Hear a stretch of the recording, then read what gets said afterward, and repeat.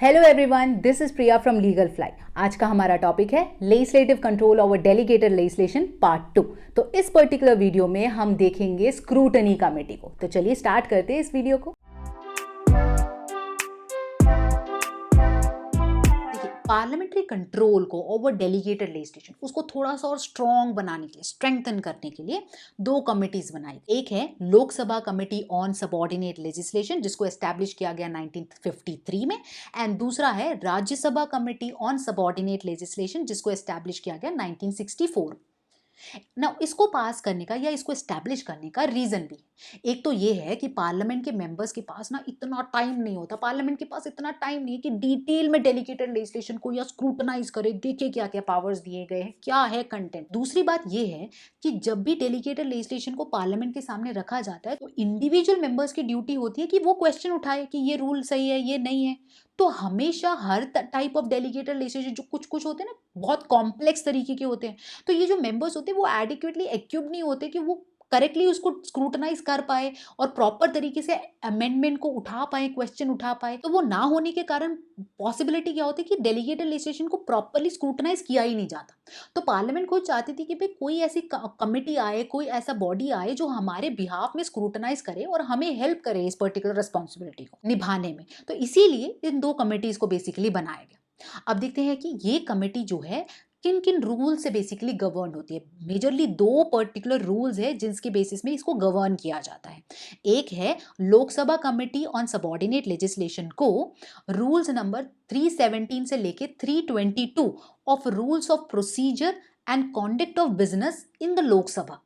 इस रूल्स के अंदर मतलब लोकसभा का जो rules of procedure and conduct of business है ना, उसके अकॉर्डिंग इसको गवर्न किया जाता है।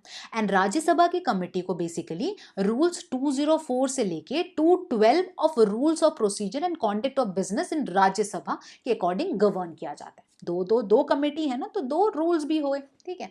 और पर्टिकुलरली देखा जाए दोनों रूल्स के अंदर जो है ना बात सिमिलर ही होते हैं, मतलब 317 से 322 एंड 204 से 212 के अंदर बात कुछ इस तरीके की होती है कि क्या फंक्शन है कमेटी के, कितने लोग होते हैं कमेटी के अंदर, जब वो स्क्रूटनाइज करते हैं सबऑर्डिनेट लेजिस्लेशन को किस एक्सटेंट तक करते हैं, क्या क्या उसमें देखते हैं, क्या रिपोर्ट है जो ये सबमिट करते हैं। तो ऐसी बातें ही इन दोनों में दी गई है। अब नेक्स्ट ये है कि कमेटी के कॉम्पोजिशन, कितने लोग हैं भाई। देखिए फर्स्ट लोकसभा कमेटी के अंदर 15 मेंबर्स है जिसको नॉमिनेट किया जाएगा by the speaker of the Lok Sabha, and उसी 15 मेंबर्स में से किसी एक को चेयरमैन बना दिया जाएगा। इसका टाइम फ्रेम बेसिकली 1 ईयर है। अब राज्यसभा की बात करें, उसमें भी 15 मेंबर्स होंगे और उसको नॉमिनेट किया जाएगा chairman of the Rajya Sabha, and इसी 15 मेंबर्स में से किसी एक को बेसिकली बना दिया जाएगा चेयरमैन। एंड इसका टाइम फ्रेम बेसिकली ये है, जब तक नया कमेटी जो है कॉन्स्टिट्यूट नहीं होता तब तक ये चलता चले जाएगा, ठीक है। तो ये बात भी क्लियर होगी। अब फंक्शंस देख लेते हैं। इसका मेन फंक्शन ये है कि डेलीगेटेड लेजिस्लेशन को स्क्रूटनाइज करना, उसको परखना कि क्या है, क्या बनाया है, ठीक है। ये इसका मेन फंक्शन है, देखना कि जो पावर पेरेंट एक्ट के थ्रू किसी भी अथॉरिटी को दी गई है उस पावर को उसने प्रॉपरली एक्सरसाइज किया है कि नहीं किया है। अब नेक्स्ट है स्कोप ऑफ एग्जामिनेशन। अब ये क्या है, जैसे ही कोई रूल्स एंड रेगुलेशन या ऑर्डर्स जो है पार्लियामेंट के सामने रखे जाते हैं, तो ये जो कमिटीज है ना, committee on subordinate legislation Lok Sabha and Rajya Sabha का, ये दोनों जो है बेसिकली स्क्रूटनाइज करते हैं, राइट, उसको परखते हैं। बट क्या क्या चीजें हैं वो जो देखते हैं, स्कोप ऑफ एग्जामिनेशन, कितनी सारी चीजें वो देखते हैं। तो पहला कि ये जो भी रूल्स एंड रेगुलेशन है ना, मतलब ऑर्डर जो बनाया गया है by the rule making authority, क्या it is in accord with that of the constitution, मतलब कॉन्स्टिट्यूशन के प्रिंसिपल से कहीं बाहर तो नहीं निकल गया, या पेरेंट एक्ट ने जो पावर दिया था उसी लिमिटेशन के अंदर है या नहीं, पहला पॉइंट।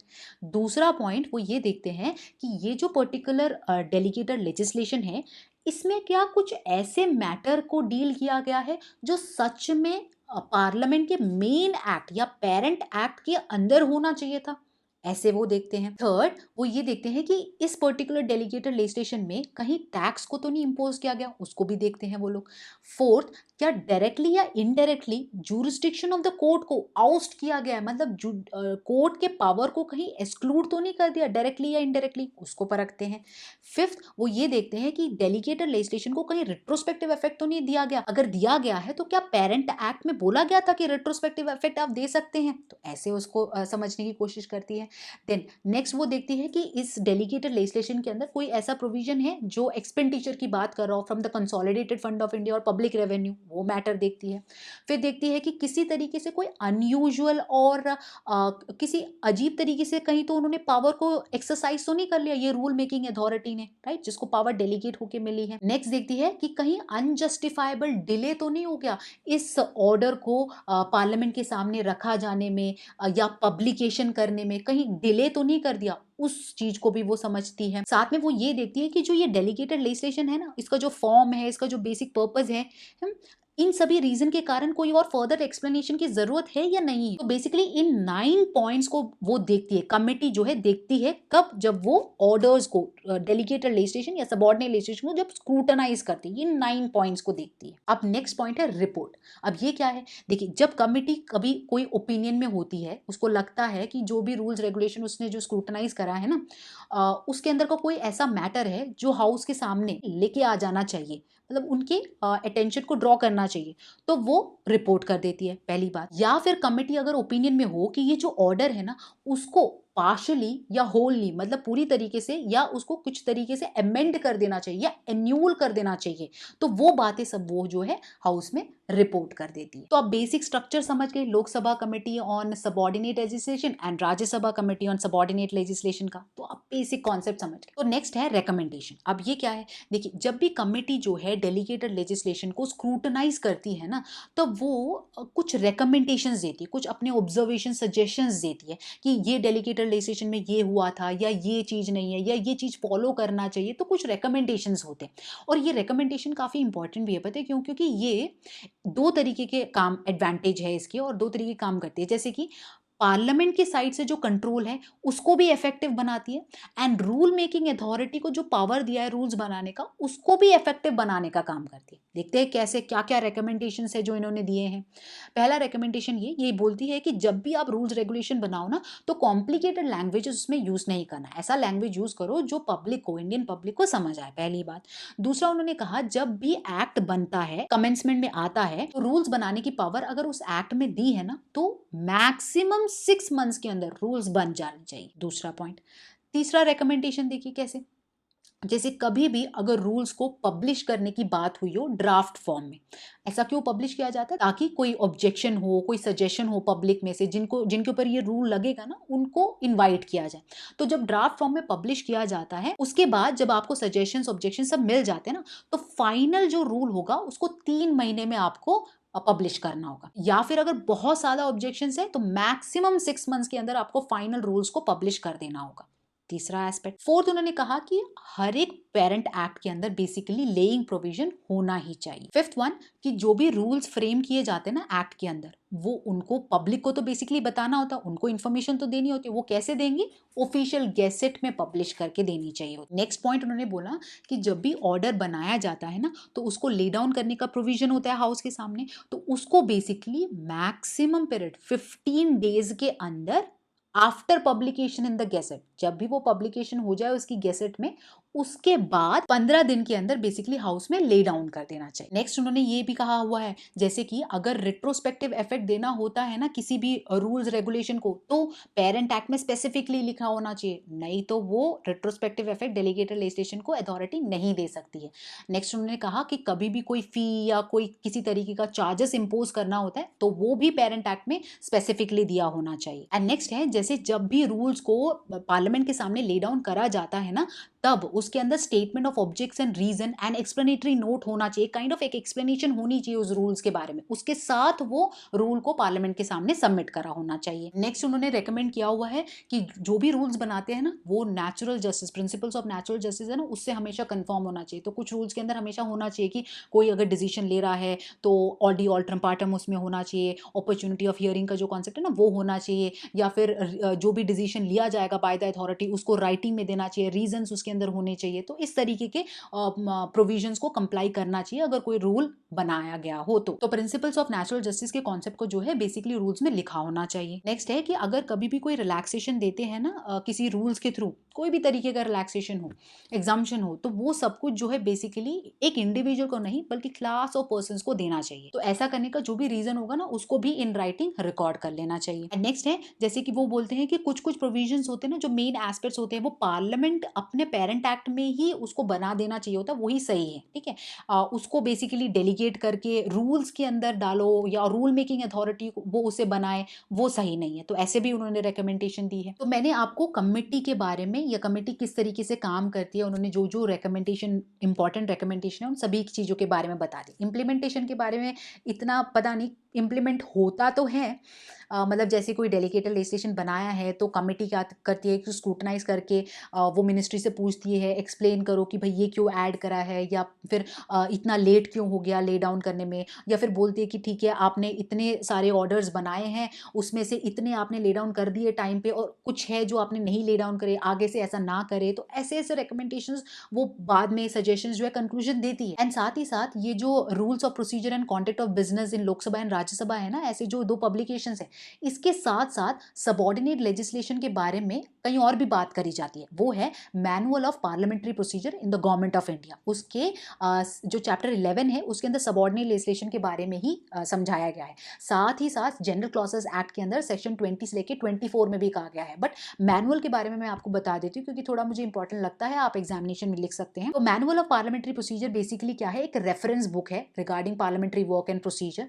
तो एक कंपाइलेशन है वो किसका, बेसिकली बहुत सारे पब्लिकेशंस का, जैसे कि एक है rules of procedure and conduct of business Lok Sabha and Rajya Sabha, and then memorandum on the preparation and passing of bill issued by Ministry of Law and Justice. Then directions of speaker which is given under rules of procedure and conduct of business in the Lok Sabha. And fourth one, government and parliamentary procedure to be followed by minister in connection with that of the parliamentary work which is issued by that of the Lok Sabha secretary. तो इस particular comprehensive reference book के अंदर भी subordinate legislation से related कुछ बातें बोली गई हैं। तो जो रिकमेंडेशंस दी गई है ना वो रिकमेंडेशन भी है इसके अंदर, और उसके अलावा भी कुछ बातें हैं जो डेलीगेटेड लेजिस्लेशन से रिलेटेड है जिसको फॉलो करना चाहिए।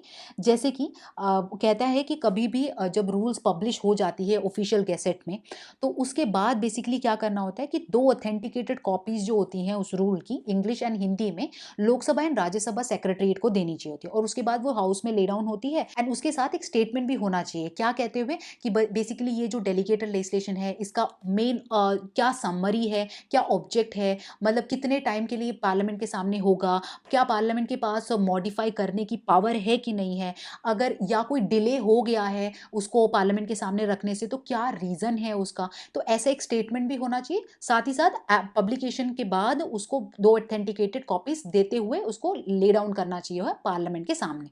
तो पहला ये हो गया।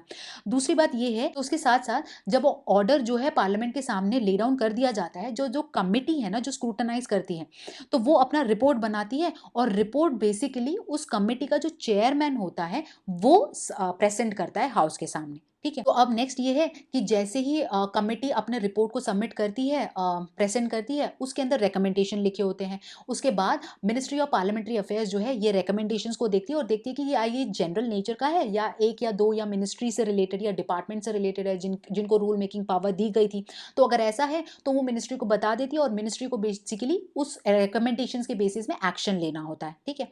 और फिर वो मिनिस्ट्री जो है एक्शन टेकन स्टेटमेंट प्रोवाइड करती है कि मतलब उन्होंने क्या क्या एक्शंस ले लिए हैं, और फिर ये एक्शन टेकन रिपोर्ट बनता है कि क्या क्या एक्शन जो है लिए गए हैं on the basis of recommendation, and action taken report को भी बेसिकली हाउसेस के सामने सबमिट किया जाता है। एंड साथ में ये भी कहा गया है कि कोई भी तरीके का रिकमेंडेशन होता है जिसके बेसिस में मिनिस्ट्री या डिपार्टमेंट को एक्शन लेना होता है ना, तो मैक्सिमम टाइम फ्रेम जो है 6 मंथ्स होता है। 6 मंथ्स के अंदर उस रिकमेंडेशन के बेसिस में एक्शन ले लेना चाहिए। और साथ में ये है कि हर एक मिनिस्ट्री हर एक डिपार्टमेंट को बेसिकली रजिस्टर मेंटेन करना होता है, उसके अंदर स्पेसिफिकली लिखा होना होता है, जैसे कि क्या एक्ट का नाम क्या है, एक्ट किस दिन कमेंसमेंट में आया था, कौन सा सेक्शन है जो डेलीगेटेड लेजिस्लेशन बनाने की पावर दे रहा है, ठीक है। और ड्राफ्ट रूल्स है तो उसको हमने कब पब्लिश करा था, उसके सजेशंस या ऑब्जेक्शंस को हमने इनवाइट करा था पब्लिक से, और उसके बाद जो फाइनल रूल्स है उसको कब बेसिकली पब्लिश करा था ऑफिशियल गैजेट में। तो ऐसे चीजें लिखते हुए एक रजिस्टर मेंटेन करना होगा। और फाइनली